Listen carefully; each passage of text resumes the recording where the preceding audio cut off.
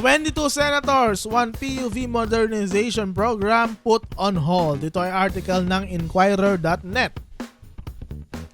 The majority of senators have thrown their support behind a resolution urging the government to temporarily suspend the implementation of the Public Transport Modernization Program or PTMP na dati nating alam sa pangalang Public Utility Vehicle Modernization Program or PUVMP. So, ang tawag na po sa PUV Modernization Program ngayon ay PTMP. Okay?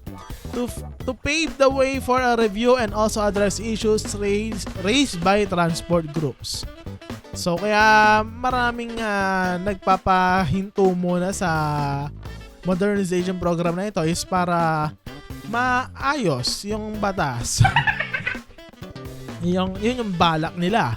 Proposed Senate Resolution number 1096, which was authored and signed by 22 out of the 23 remaining senators following Senator Juan Edgardo Angara's appointment as Education Secretary. So 23 senators na lang dahil nga naging Education Secretary si Sani Angara. So 22 senators calls for the program to be put on hold pending the resolution of valid and urgent concerns raised by affected drivers, groups, unions, and transport cooperatives with the end in view of ensuring a more efficient and inclusive implementation of the PTMP. So, only Senator Risa Hontiveros did not sign the resolution. Pero Senator Robin Hood Padilla signed it but with reservations. So ito ang mga sabi ng mga senador natin, mga kaibigan.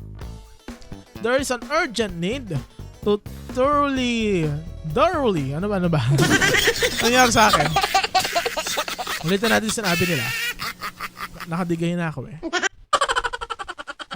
There is an urgent need to thoroughly review and reassess the impact of the program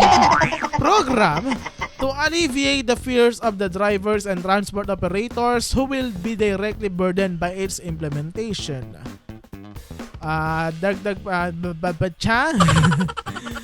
They added that more consideration and clarifications were needed from the Department of Transportation or DOTR to address concerns voiced by affected sectors, especially drivers. So, ayun. Kailangan pang i-clarify at mag-consider at mag-assess ang DOTR para ma-address ang mga concerns ng mga tsuper. Under the modernization program, jeepney operators and drivers must consolidate, join or form cooperatives to ply their routes and avail themselves of government assistance in modernizing and managing their fleets, among other services. This is part of the process toward the phase-out of traditional jeepneys and their replacement with eco-friendly but more expensive modern units that will be partly subsidized by the government. So kaya may PUV modernization program ay para ma-phase out na ang traditional jeepneys at maayos tuloy. Mapalitan ito ng eco-friendly thingy which is mahal and hindi afford ng mga tsuper, ng ilang mga tsuper. The senators noted that 36,217 PUV units or around 19% of PUVs and other vehicles failed to consolidate despite the April 30 deadline.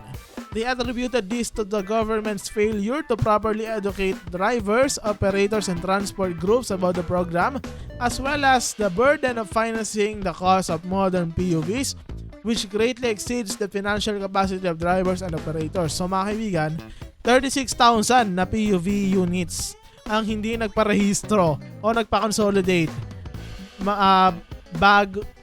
pagkatapos ng April 30 deadline dahil mahal. Diba? The DOTR did not immediately respond to calls for comments on the Senate resolution. But during a public briefing on Tuesday, Transportation Undersecretary for Road Transport and Infrastructure Andy Ortega said they would send a letter to clarify to the senators the real status of our program. Earlier this week, transport groups supporting the program threatened to go on strike and not vote for senators to sign the resolution. Ayun! Kaya pala ang daing nag-sign. Natatakot na hindi makabalik sa pwesto. Diyos ko naman. Ito sabi ni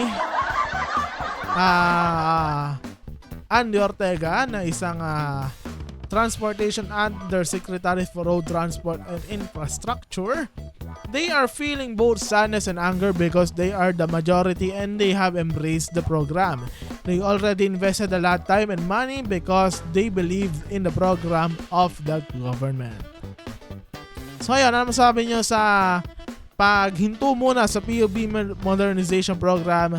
Comment down below.